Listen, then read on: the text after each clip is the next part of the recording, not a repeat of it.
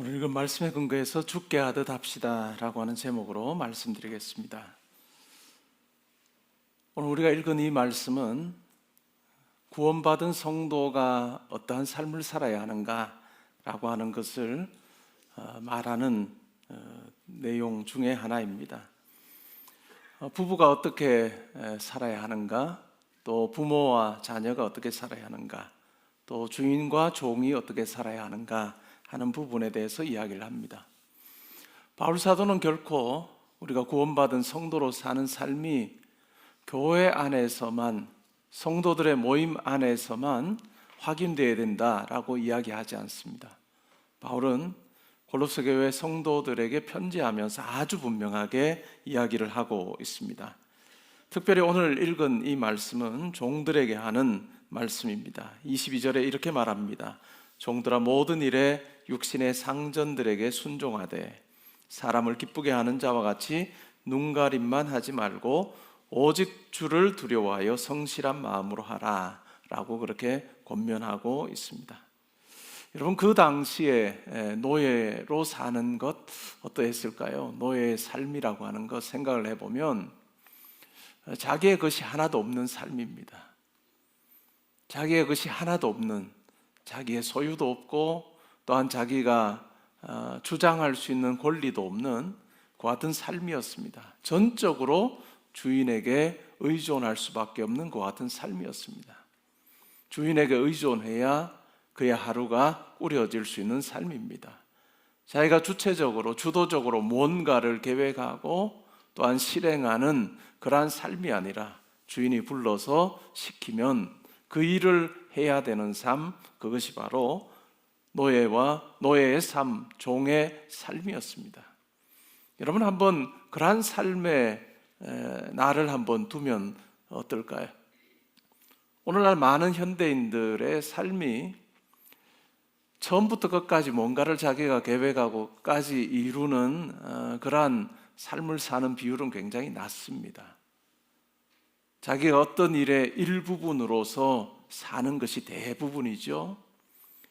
그러한 직장 생활도 마찬가지 아닐까요? 직장에서의 삶도 마찬가지입니다. 그러면 대부분의 사람들이 어떤 이야기를 할까요? 내가 하는 일이 뭔 의미가 있나? 처음부터 끝까지를 다 알지 못하는 그 상황에서 내가 하는 일 자체에 의미를 찾는 것을 굉장히 힘들어하는 그런 현대인들의 모습을 발견하게 됩니다.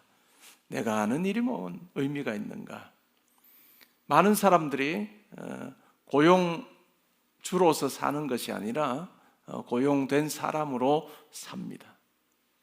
고용주로 사는 삶과 고용인으로 사는 삶이 굉장히 다릅니다. 그렇지 않을까요? 매월 월급날만 되어도 마음이 다를 겁니다. 누군가를 고용하여 사는 사람은 월급날 돌아오는 것이 아주 이게 고역입니다. 내가 이 사람들에게 월급을 나눠줘야 될 텐데 잘할 수 있을까 못할까 노심초사하며 그렇게 일을 하죠. 경영합니다. 꾸려갑니다. 그런데 어떨까요? 그냥 일을 하고 월급을 받는 사람의 입장에서 어떨까요? 정반대입니다. 그냥 월급날이 오기를 바랄 뿐이죠. 그만큼 생각이 많이 다를 수밖에 없습니다. 어떤 회사가 참 좋은 회사가 될 수 있을까요? 그 가능성을 우리가 생각하면 여러 가지 지표가 있겠지만 그 중에 하나가 고용되어서 일하는 사람이 마치 고용주처럼 그렇게 일하는 회사라고 한다면 아마 그 회사는 잘 될 겁니다. 시작이 아무리 미약해도 그 회사는 잘 될 수밖에 없습니다. 근데 우리의 죄성이라고 하는 것이 어떨까요? 이게 참 쉽지 않습니다. 우리가 가지고 있는 죄성이라고 하는 것이 참 쉽지 않습니다. 자기가 조금이라도 편해질 수만 있다면 우리는 본능적으로 그것을 찾는데 너무나도 익숙한 사람들입니다. 그것이 죄성이겠죠. 우리가 그러한데 때로는 우리가 일하는 자리에서 어느 정도의 권한을 가지고 어떤 일의 일부를 감당하는 우리도 그러한데 초대교회 당시에 종의 삶을 생각을 해보면 우리와도 완전히 달랐을 것입니다. 내가 어떤 일을 하고 책임지는 그러한 구조보다도 전적으로 주인이 시키는 일을 하는 삶이었습니다. 여러분, 우리 지금 오늘날 현대인보다도 더 어찌 보면 나태해질 수 있고 또 현대인들보다도 더 눈가림할 수밖에 없는 그러한 삶을 그들은 살았습니다. 그러한 그들을 향해서 바울 사도가 이렇게 말합니다. 종들아, 모든 일에 육신의 상전들에게 순종하되 사람을 기쁘게 하는 자와 같이 눈가림만 하지 말고 오직 주를 두려워하여 성실한 마음으로 하라. 여러분, 이 구절에서 눈에 띄는 표현이 있습니다. 그게 뭘까요? 육신의 상전입니다. 왜 특별히 상전 이야기를 하면서 육신의 상전 이야기를 할까요? 그것은 바로 다른 상전이 있다는 것입니다. 육신의 상전이 아니라 그만 있는 것이 아니라 다른 상전도 있다. 우리 영혼의 상전도 계신다라고 하는 그 이야기를 지금 하고 싶어서 육신의 상전이라고 하는 말을 합니다. 육신의 상전에게 순종할 때 상전에게 눈가림으로 내가 잘하는 척, 내가 순종하는 척 그렇게 하지 말라라고 이야기를 합니다. 그러면서 오직 주를 두려워하여 성실한 마음으로 하라. 오늘 읽은 본문입니다. 무슨 일을 하든지 마음을 다하여 주께 하듯 하고 사람에게 하듯 하지 말라. 이는 기업의 상을 주께 받을 줄 아나니 너희는 주 그리스도를 섬기느니라. 너희가 그리스도의 종으로 살고 있다 하는 이야기를 지금 하고 있습니다. 육신의 상전이 분명히 있는 그러한 종의 삶, 대부분의 경우는 어찌하면 오늘 하루를 내가 편하게 살 수 있을까? 주인 앞에서는 일하는 척하고 주인 앞에서는 순종하는 척하지만 그냥 눈가림으로만 하는 그러한 것이 일반적이었던 그와 같은 시대에 바울 사도는 분명하게 이야기합니다. 눈가림만 하지 말고 오직 진정한 상전이신 주를 두려워하여 성실한 마음으로 하라. 무엇을 하든지 마음을 다하여 주께 하듯 하고 사람에게 하듯 하지 말아라. 분명한 이유가 있죠. 그것은 바로 기업의 상을 주께 받을 줄 알기 때문이다. 그 당시에 노예들에게, 종들에게는 상이 없었습니다. 자기가 받을 수 있는 그와 같은 보상도 없었습니다. 그런데 바울 사도는 이 세상의 삶에서 육신의 상전을 섬기면서 사는 종의 삶에는 보상이 없을지 모르지만 그러나 진정한 주인이신 주님으로부터 상 받는 날이 있다는 것을 분명하게 이야기를 해주고 있습니다. 그래서 그것을 기억하면서 이 땅에서 매일매일의 삶에서 주님 주실 상을 바라보면서 죽게 하듯 그 일을 감당하라 라는 이야기를 지금 하고 있습니다. 다른 말로 하면 뭘까요? 우리가 하는 일상의 삶이 예배가 되게 하라는 것입니다. 일상의 삶이 예배가 되게 하라.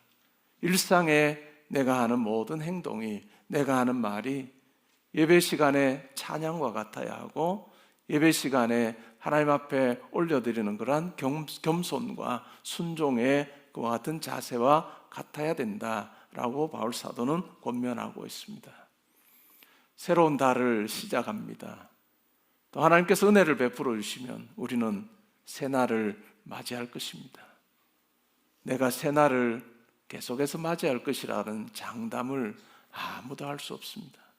그러나 하나님께서 우리에게 새로운 날을 허락하여 주시면 오늘 내게 주신 이 날을 죽게 하듯 내가 사람을 대하고 죽게 하듯 내가 일해야 되겠다 하는 다짐이 우리 가운데 있어야 할 것입니다. 여러분 주변에 함께 일하는 많은 사람들의 그 삶, 여러분들이 그들과 함께 하는 그 이야기, 여러분들이 회사에서, 학교에서, 병원에서, 여러분들이 일하는 그곳에서 티타임 할 때 어떤 대화 하십니까? 많은 사람들이 이런 이야기 할 겁니다. 내가 일하는 것보다 훨씬 나는 대우를 받지 못하는 것 같다. 나는 이렇게 일하는데 알아주지 않는 것 같다. 때로는 불평하고 원망하는 그와 같은 많은 사람들이 있을 겁니다. 이것은 통계입니다. 왜냐하면 자기가 하는 일을 만족하지 못하고 내가 다른 일을 좀 해봤으면 좋겠다 라고 생각하는, 더 나은 일을 생각하는 사람의 비율이 한 70%가 된다라고 하는 통계를 제가 읽어본 적이 있습니다. 그만큼 많은 사람들이 자기가 하는 일에 불만을 가지고 삽니다. 당연히 하루의 삶에서 나오는 대화 속에 불평하고 원망할 수밖에 없을 것입니다. 근데 바울 사도는 그것 하지 말라는 것입니다. 바울 사도는 그렇게 하지 말아라. 그렇게 하지 말아라. 네가 하는 그 일 죽게 하듯 하라. 눈가림으로 하지 말고 최선을 다해서 하라 라고 그렇게 이야기를 하는 것입니다. 여러분, 티타임 할 때 그러한 마음으로 불평하고 원망하는 그러한 사람들과 덩달아서 나도 그렇게 생각해 라고 하지 않고, 내가 하는 이 일의 소중함, 일자리를 얻고자 하지만 얻지 못하는 많은 사람들, 대학을 졸업하고도 취업하지 못해서 참으로 많은 고생하고 있는 것 같은 아이들, 학생들, 청년들을 생각하면 내가 지금 일할 수 있으면 얼마나 큰 복이라고 하는 것을 우리는 생각해 보아야 할 것입니다. 그리고 나에게 일할 수 있는 기회가 주어진 것에 대해서 감사하면서 죽게 하듯 우리가 그 일을 감당하는 것, 그것은 매우 중요할 것입니다. 어느 정도 최종 어떤 결정의 자리에 있지 않으면 많은 사람들이 대충 합니다. 왜요? 이 일에 대해서 다시 봐줄 사람이 있다고 생각하기 때문에 대충 합니다. 저는 우리 성도님들에게 말씀드리기 원합니다. 여러분들이 어떤 일을 하면 여러분들이 한 그 일을 평가하는 사람들이, 점검하는 사람들이 볼 때 저 사람이 한 일은 내가 더 보지 않아도 항상 잘해 라고 하는 평가를 우리가 받는 것이 중요할 것입니다. 반대로 저 사람이 하고 나면 꼭 다시 손이 가 라고 하는 평가 받는다면 우리가 그러한 일상을 살고 우리가 예배의 자리에 나올 때 하나님께 덕이 되지 않을 것입니다. 오늘 바울 사도가 하는 이 말을 우리는 기억하면 좋겠습니다. 우리의 일상이 예배가 되게 해야 됩니다. 일상이 예배가 되게 하여서 내가 하는 그 말이 하나님께서 그 자리에 계시고 예수 그리스도께서 그 자리에 계셨을 때도 인정하실 법한 그와 같은 받으심직한 말이 되어야 될 것이고, 예수께서 나를 보실 때, 주님께서 나를 보실 때 너 잘한다 라고 칭찬하시는 그러한 우리의 하루하루의 일이 되어야 할 것입니다. 많은 사람들이 만나면 하는 이야기의 대부분은 뭘까요? 은근하게 이야기하든 노골적으로 이야기하든 자기 자랑입니다.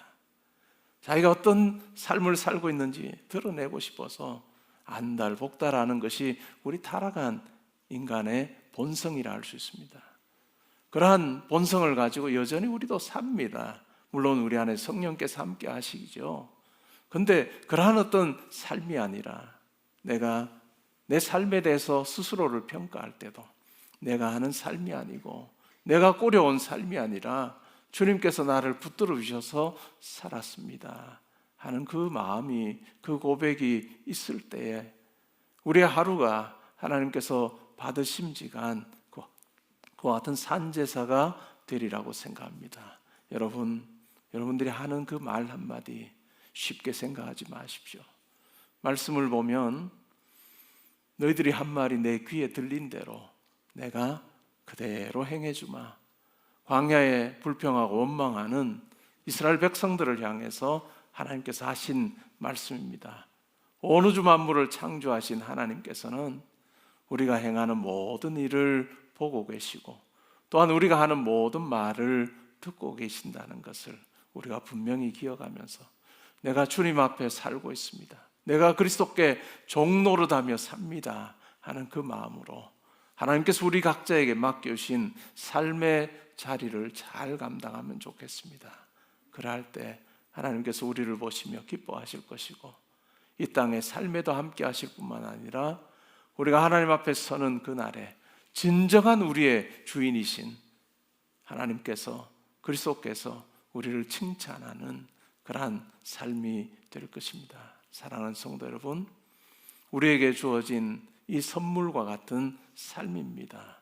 세상을 떠난 사람이 그토록 누리기를 원했던 그와 같은 오늘 하루, 그냥 시시껄렁한 것으로 채워가지 말고 진정으로 주께 예배하듯이 우리에게 맡기신 삶을 잘 감당하는 복된 삶 사시기를 주님의 이름으로 축복합니다. 아멘.